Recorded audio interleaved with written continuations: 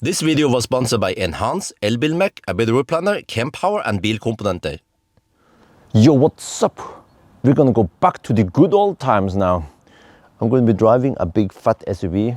It's almost like Optimus Prime's time, right? But I will drive now to Gol and back again. Not to Yalo because we don't have time. It's already 10 in the morning. But yeah, I guess I'll explain as we go. Okay, I think it's because there is a passenger. Okay, no. But wife is riding with me, yeah, but no kids. We are the Kinder. The Kinder are the kindergarten, yeah. So, okay, let's just start driving and I will explain as we go. You see, that's only 188 kilometer drive. Wait, the distance disappeared now when we went into this view. Yeah, but it's gonna take. Well, not 2.5. No. It's gonna take a little bit over 2 hours to get there and back again, and then we're planning on having some lunch there. But yeah, the purpose of this trip is to, of course, drive the Volvo and feel how it is on a typical trip over there, but also get some other stuff along the way. And wifey wants the massage. She wants all over the body as strong as possible. Maybe it's too fast. Speed. Okay, try shoulders. Okay. Yeah, so he's doing some kind of stuff. Not sure how good it is. It's a freaking cat massage. Shit, man. We need Chinese massage. So here's the thing. Officially from the 1st of August, Axel start on the kindergarten, but then we had some stuff in and out of the hospital with Isabel, you guys know. So it was slightly delayed, but now, at least if everything goes as normal and then the kids don't get sick, then Axel is supposed to be in the kindergarten also in daytime. And then what the heck is wife is supposed to do the 6 to 8 hours or the 6-7 hours there? Well, there's lots of stuff to do. We need to develop further, and one next step now is for wifey to get the driver's license, because the driver's license in Thailand cannot be used here unless if you come here, you can use it for 3 months. Of course, you can do the border run every time, but wait, no, she has to get out of, I'm not sure if it was Schengen or EOS or whatever, but okay, but it's not, she needs the driver's license here. Plus the education, the driving education in Thailand is quite, not sure how to put this. It's not very good. You can get the driver's license in 1 day. They don't do any practical driving, anything like that, or they just let you park and then, yeah, pass, right? So fortunately, she knows me. I'm a ninja. I love driving, and I know everything about, or at least most of it, right? About signs, rules, yielding, merging, all that stuff. So the purpose of this trip is for me to start driving first. Wife is not that keen on driving yet because she doesn't want to drive big SUV. So if Nio is okay with that, she can drive the Nio, the ET5T. Later, it will come on the 12th of September in around 2-ish weeks from now. But that means that for now, I will just instruct her and we start on the learning. She downloaded the teoritentamen.no, which everyone recommends anyway. There's an app, very nice app. And she started using it, training it to know more. But then I will also supply with more stuff along the way. Plenty of signs and whatever to teach her, and it's not going to be 1 day, you know. We will do this possibly 10 times or more before she starts knowing everything, so that we don't have to spend too much on the driving school. Plus that I also want to teach her all this, and the bonus is that we get to spend some quality time together finally. You know, you have no idea.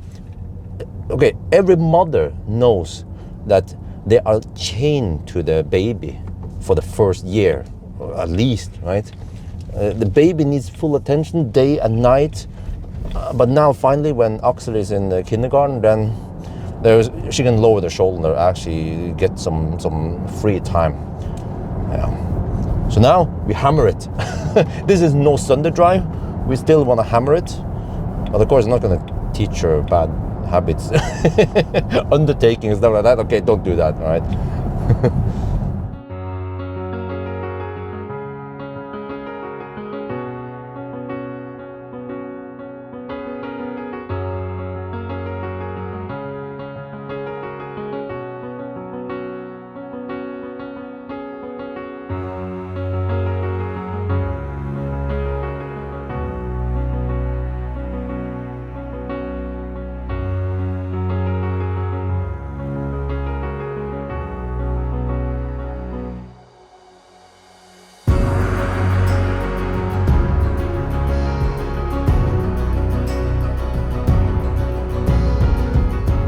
We are in Gol now, and we started with 100% battery down to 68%.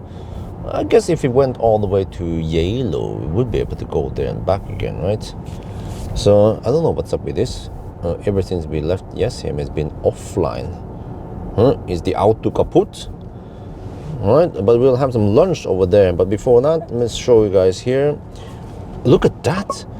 Consumption, 180 watt-hour per kilometer. It doesn't show decimal. This is weird. It could be 189, could be 181. Who knows? But yeah, 180 watt-hour per kilometer. Well, I guess that's okay for a big 7-seater. Yeah, okay. So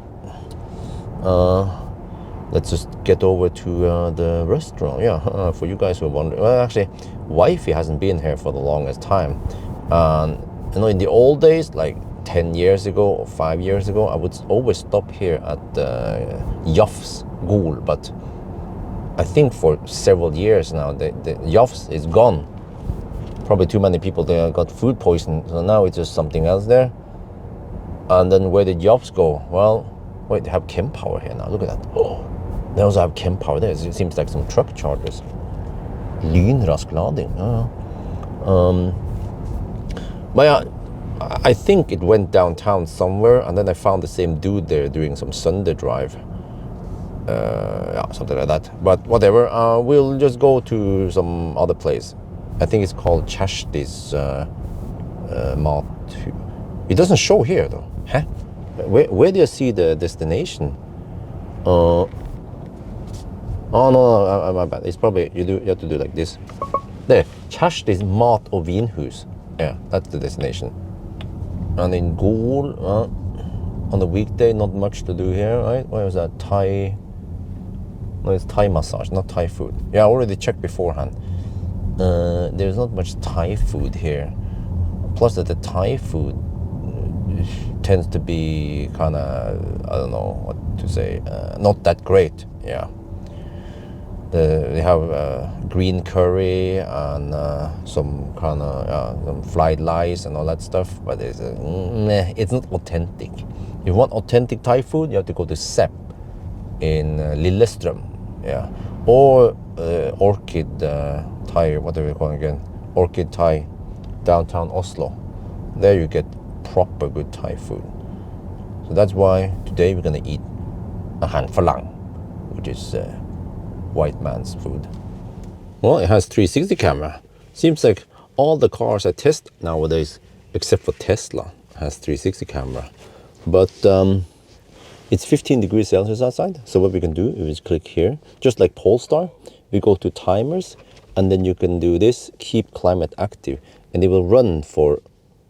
Okay, confirm. Well, it doesn't say how long, but I think it runs for around half an hour, so it doesn't become too cold in here. But remember, winter is coming. Child-free day. Okay, well, I guess soon enough we'll miss the children. But it's just nice to be here. Man, what kind of park? Isabella, Isabella.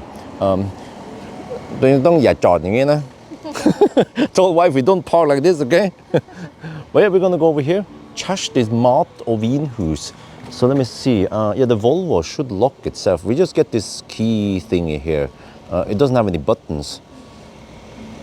Is it locked? Wait, I mean, we have camera equipment in there. Yeah, okay, it's locked. But let me just do this. I think you're supposed to use the app. But since I'm just a visitor borrowing this car, then I don't have the app access. Okay. Now it's open now. They open already at 11. It's already half an hour past now. But there's lunch menu. Oh, wait.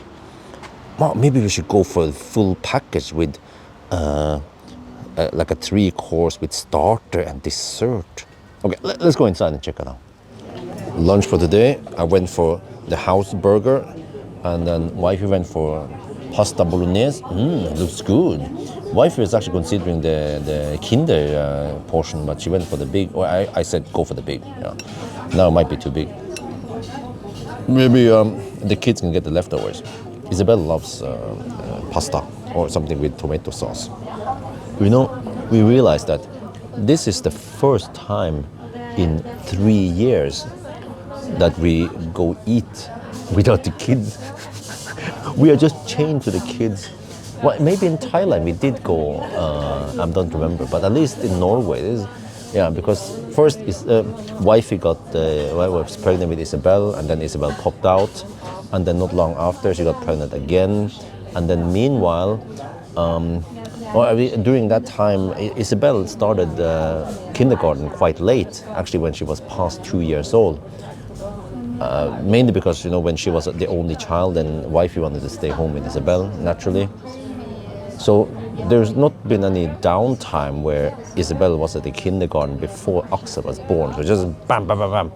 So after 3 years, we can finally have a lunch date together again.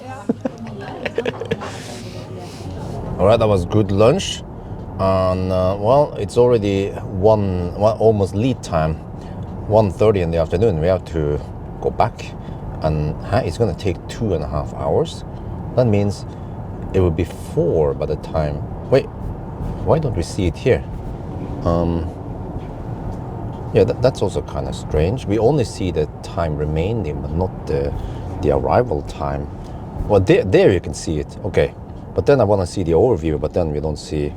Okay, whatever. We have plenty of juice. It's not a too hard run today, but yeah, if you're wondering what kind of sound that is, it's wifey breast pumping. Well, okay. Anyway, now we just head back. Yeah, just a quick run to Gol and back again.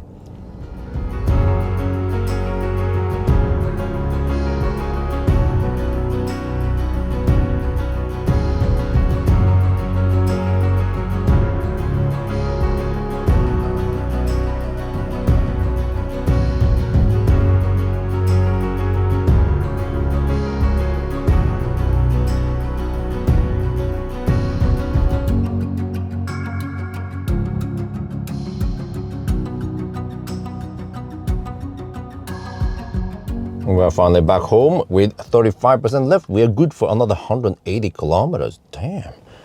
You see, we drove 372 total. We didn't charge at all during the trip.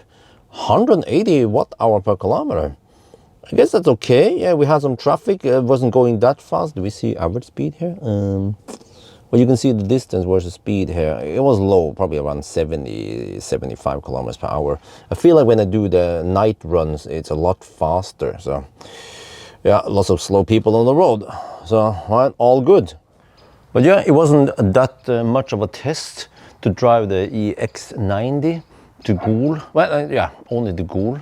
But at least what I noticed is it is really quiet. I measured the noise to be second best, only beaten by the new EL8. But the EL8 I tested had 20-inch wheels. Here we had 21-inch. So maybe if I test the EL8, which I currently have now with 21-inch, it should be actually noisier. So what you see here might be the quietest car I ever tested. When it comes to the efficiency, to my big surprise, because I expected the Volvos to be quite thirsty. You know, the fussy Volvos like the XC90 is really thirsty. But here, 180 watt-hour per kilometer. Today, I drove barely legal, you know, roughly 10% over the speed limit where I could, but I was mostly stuck behind Sunday driver. Yeah, it's Wednesday today. No, it's actually Thursday today, but whatever. But the consumption was actually lower than the fat e-tron when I drove it with HVAC off, and I did the Sunday drive, drove under the speed limit with fat e-tron. So actually, this Volvo, the 7-seater here, turns out to be not that thirsty.